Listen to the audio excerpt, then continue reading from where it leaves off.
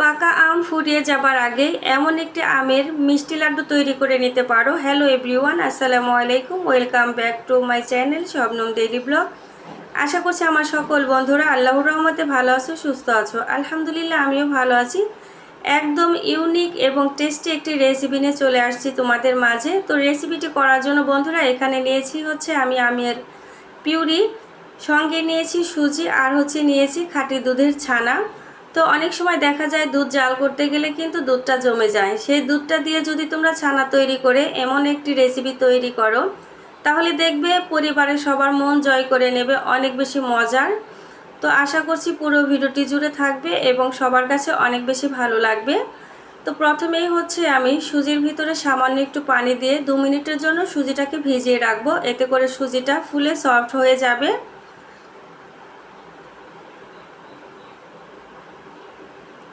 একদম অল্প উপকরণ দিয়ে সহজভাবে এই আমের মিষ্টি লাড্ডুটা তৈরি করা যায়। একবার বানিয়ে মার জোরে খেতে পারবে। খুব বেশি পানি দেব না, সুজিটাকে মাখানোর জন্য যতটুকু পানি দরকার জাস্ট ততটুকু পানি এখানে ব্যবহার করব।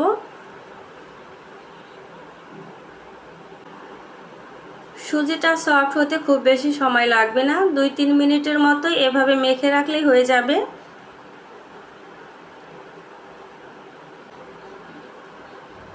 ভিডিওটি দেখতে দেখতে আমার যে সকল বন্ধুরা আমার সঙ্গে এতদূর চলে এসেও ছোট্ট একটি লাইক দিতে ভুলে গিয়েছো, অবশ্যই ছোট্ট একটি লাইক দিয়ে বাকি ভিডিওটুকু কন্টিনিউ করো। আর যে সকল নতুন বন্ধুরা ফার্স্ট টাইম আমার চ্যানেলে ভিজিট করেছো, আমার রেসিপিটি দেখছো, যদি একটু হলেও ভালো লেগে থাকে তাহলে চ্যানেলটাকে সাবস্ক্রাইব করে পাশে থাকা বেল আইকনটি অন করে নেবে, যাতে পরবর্তী রেসিপি কিংবা ব্লগ ভিডিও তোমাদের কাছে খুবই সহজভাবে পৌঁছে যায়। এবার চলে আসলাম কিচেনে। চুলায় একটা প্যান বসিয়ে আমের পিউরিটাকে দিয়ে সামান্য একটু পানি দিয়ে দিলাম। আর বন্ধুরা, আমের এই পিউরিটা আমার জাল করা ছিল। অবশ্যই এই মিষ্টি লাড্ডুটা তৈরি করার ক্ষেত্রে আমের পিউরিটাকে আগে থেকে একটু ভালো করে ফুটিয়ে নেবে, এতে করে ফ্লেভারটা অনেক বেশি ভালো আসবে। যেহেতু জাল করা পিউরি ছিল এই জন্য সামান্য একটু পানি ব্যবহার করছি, না হলে প্যানের নিচ থেকে লেগে যেতে পারে। তো খুব ভালোভাবে ফুটে উঠেছে যখন, তখন এখানে অ্যাড করে দিচ্ছি ভিজানো সুজি এবং ছানা।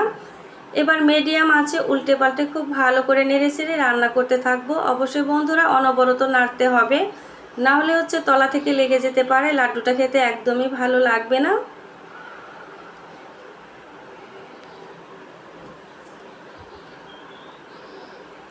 এ পর্যায়ে চুলার জালটা একদম মিডিয়ামে রেখেছি।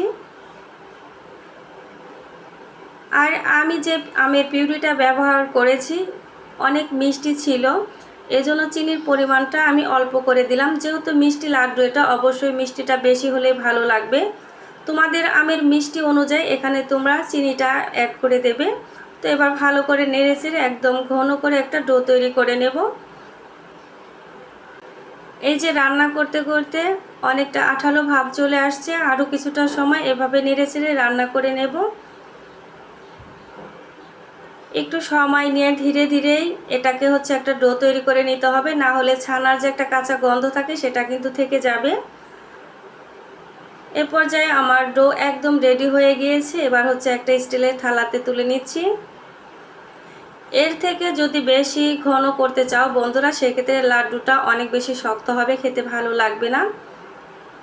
দেখে বুঝতে পারছো কতটুকু ঘনত্ব হয়েছে, কতটুকু পরিমাণ আমি এটাকে রেখেছি। এবার থালাতে ভালোভাবে ছড়িয়ে নিচ্ছি একটু ঠান্ডা করার জন্য।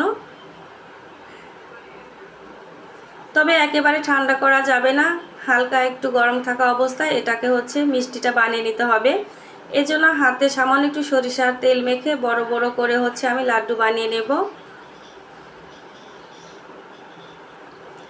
আমার ভিডিও কিংবা ভয়েসের মাঝে কথার মাঝে কোথাও ভুল হলে বন্ধুরা সবাই ক্ষমা সুন্দর দৃষ্টিতে দেখো। আর রেসিপিটি তোমাদের কাছে কেমন লাগলো অবশ্যই কমেন্টের মাধ্যমে জানিয়ে যেও। এই যে একটা মিষ্টি আমার বানানো হয়ে গিয়েছে, এভাবে কয়েকটা তোমাদের সামনে বানিয়ে দেখাবো, বাকিগুলো অফ ক্যামেরাতে বানিয়ে নেব।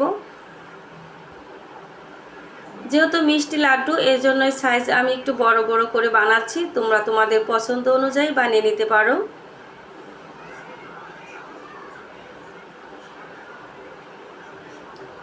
তো বন্ধুরা, ফার্স্ট টাইম এই মিষ্টি লাড্ডুটা আমি বানিয়েছি, আমি নিজে অনেক অবাক হয়ে গিয়েছিলাম। তো যাই হোক, আমি ভাবতেই পারিনি এতটা টেস্টি হতে পারে। তো ইনশাল্লাহ আমের সিজন থাকতে আমি আরও কয়েকবার বানিয়ে নেব। আমার কাছে এবং আমার বাচ্চাদের কাছে অনেক বেশি ভালো লেগেছে। এই যে দেখো, অফ ক্যামেরাতে বাকি সবগুলো মিষ্টি কিন্তু আমার বানানো হয়ে গিয়েছে। এভাবেই দেখতে কিন্তু অনেক বেশি ভালো লাগতেছে, ইচ্ছে করতেছে এখনই খেয়ে নেই।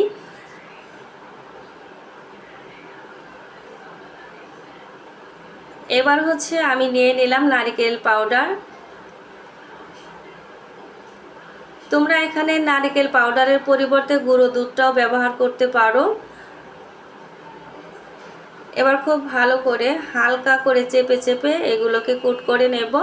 তবে বন্ধুরা, গুঁড়ো দুধ এবং হচ্ছে নারকেল পাউডার এগুলো না দিলেও হচ্ছে এই মিষ্টি লাড্ডুটা খেতে ভালো লাগবে। তবে এগুলো দিলে টেস্ট আরেকটু বাড়বে এবং দেখতেও সুন্দর লাগবে। এ পর্যায়ে লাড্ডুগুলো কিন্তু অনেকটাই নরম আছে, এই জন্য হালকা করে চেপে চেপে কুট করে নিতে হবে।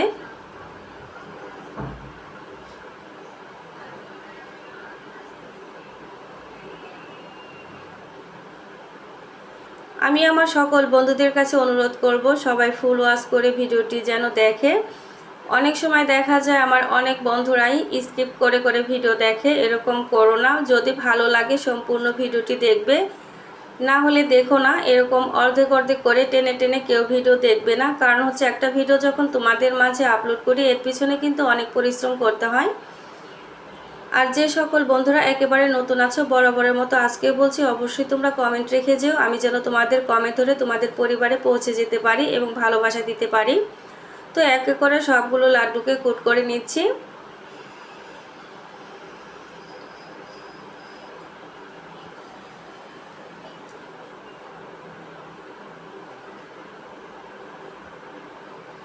এই তো সবগুলো কুট করে নেওয়া হয়ে গিয়েছে। এগুলোকে হচ্ছে এবার 1 ঘন্টার জন্য নর্মাল ফ্রিজে রেখে দেব। এতে করে অনেকটাই শক্ত হবে, তবে একেবারে শক্ত হবে না। ফিরে আসলাম 1 ঘন্টা পর। এবার তোমাদেরকে দেখাচ্ছি কতটুকু দেখতে ভালো লাগছে আর কতটুকু শক্ত হয়েছে। অবশ্যই বন্ধুরা একবার হলেও এই লাড্ডু মিষ্টিটি তৈরি করে খাবে, দেখবে ভীষণ ভীষণ ভালো লাগবে। যাকে খাওয়াবে অবশ্যই সে প্রশংসা করতে বাধ্য হবে। এই রেসিপিটি আমার কাছে মনে হয় একদম ইউনিক একটি রেসিপি।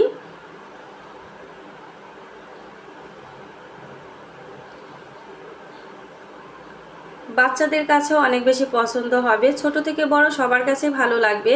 তো একটা লাড্ডু তোমাদেরকে ভেঙে দেখাচ্ছি কতটুকু সুন্দর দেখাচ্ছে ভেতরটা আর কতটুকু সফট আছে। রেসিপিটি আমার বন্ধুদের কাছে ভালো লাগলে অবশ্যই একটি শেয়ার করে অন্যজনকে দেখার সুযোগ করে দেবে। তো আজকের মতো রেসিপি থেকে বিদায় নিব। সবাই ভালো থেকো, সুস্থ থেকো, আল্লাহ হাফেজ।